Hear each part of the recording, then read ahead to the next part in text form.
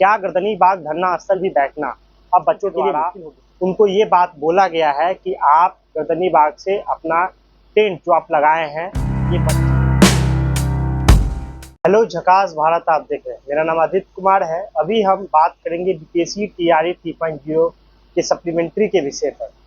आज जब बच्चे गर्दनी बाग के धरना स्थल पर गए थे तो उनके साथ एक ऐसी घटना घटी जो गर्दनी बाग के इतिहास में भी देखा नहीं गया था। ये सरकार के लिए एक चिन्हित किया हुआ जगह है, प्रशासन के द्वारा, स्थानीय प्रशासन के द्वारा एक चिन्हित किया हुआ जगह है, जहाँ पर कोई भी व्यक्ति जो भी नाराज है सरकार से वो लोग यहाँ पे प्रदर्शन कर सकते हैं।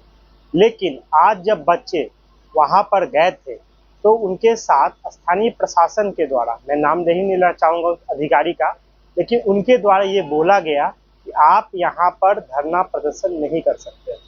तो बड़ा सवाल ये उठता है कि बच्चे धरना प्रदर्शन करे कहाँ, बच्चे अपनी मांग को लेकर जाएं कहाँ। जब बच्चे गर्दनी बाग से बाहर निकले थे, शिक्षा मंत्री के आवास को घेरे थे, तो ये बोला गया था प्रतिबंधित जगह है। फिर उसके बाद जब बच्चे नीतीश कुमार के आवास को घेरने गए तो आपने देखा कि क्या हुआ। जब वो दूसरी बार बच्चे गए थे नीतीश कुमार के आवास को घेरने तो उनके साथ लाठियां चली उन पर। ये बात बोला गया कि प्रतिबंधित जगह है। बच्चों को डराने के लिए ये भी बोला गया कि सचिवालय थाना में कई लोगों पे, अज्ञात अभ्यर्थियों पे केस भी दर्ज हुई है, एफआईआर हुई है, लेकिन ऐसा अभी तक देखने को नहीं मिला है। बच्चों का ये कहना था अभी तक हम लोग को किसी भी चीज़ की जानकारी नहीं मिली। तो बड़ा सवाल ये उठता है कि बच्चे अब जाए कहाँ। क्या गर्दनी बाग धरना स्थल भी बैठना अब बच्चों के लिए मुश्किल हो गया है।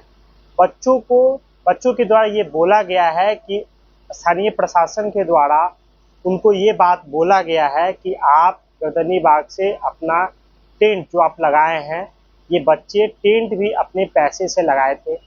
बोला गया है कि आप अपना टेंट को भी हटा लें, नहीं तो हम नगर निगम की सहायता से टेंट को भी हटा देंगे। और अगर आप यहाँ पर धरना स्थल पर आते हैं तो आप पे एफआईआर की जाएगी। कुछ बच्चों को चिन्हित भी प्रशासन के द्वारा बोला जा रहा है कि तुम लोग को कुछ का नाम लिए हैं और बोले हैं कि आपको हम एफआईआर दर्ज करेंगे। ये बच्चे अपनी जुबान से बोल रहे थे कि हमें बोला जा रहा है प्रशासन के द्वारा, एक अधिकारी का नाम ले रहे थे, लेकिन मैं बोलना सही नहीं समझूंगा। बोला जा रहा है कि अगर उनके द्वारा कि अगर आप यहाँ पर आते हैं, गर्दनी बाग धरना स्थल पर बैठते हैं तो आप पे एफआईआर कर दिया जाएगा।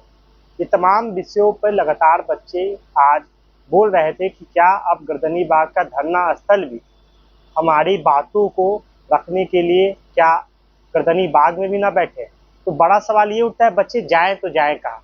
क्या अब गर्दनी बाग भी बैठने का स्थान नहीं रहा। ये बहुत बड़ा सवाल है। ये बड़ा सवाल केवल बच्चों के लिए नहीं, ये बड़ा सवाल उन लोगों के लिए भी है जो सरकार के खिलाफ अपनी बातों को रखने के लिए बैठते हैं। आज पीडीएस के विक्रेता लोग भी गर्दनी बाग धरना स्थल पर बैठे थे। क्या उनका भी गर्दनी बाग धरना स्थल पर विरोध प्रदर्शन, बातचीत करना गलत है? क्या विपक्ष के लोग जो गर्दनी बाग धरना स्थल पर अपनी बातों को लेकर बैठते हैं, क्या वो भी गलत है? अगर वो गलत है, सही है, तो बच्चे अगर गर्दनी बाग के धरना स्थल में बैठते हैं तो वो कैसे गलत हो सकता है? तमाम विषय हैं जो कि हम लोग बच्चों से मिलकर ही ये बात समझने की कोशिश करेंगे कि क्या मामला क्या है। क्या सच में गर्दनी बाग धरना स्थल केवल विपक्षी पार्टियों के लिए ही रह गया है? क्या अब जेन्युइन मांग को लेकर भी बच्चे अब वहां पर नहीं बैठ सकते? बड़ा सवाल है। तमाम विषयों के लिए हम लोग जुड़ेंगे झकास भारत से, एक एक अपडेट को हम लोग लाने की कोशिश करेंगे। मेरा नाम आदित्य कुमार है, झकास भारत से जुड़ रहे हैं। बहुत बहुत धन्यवाद।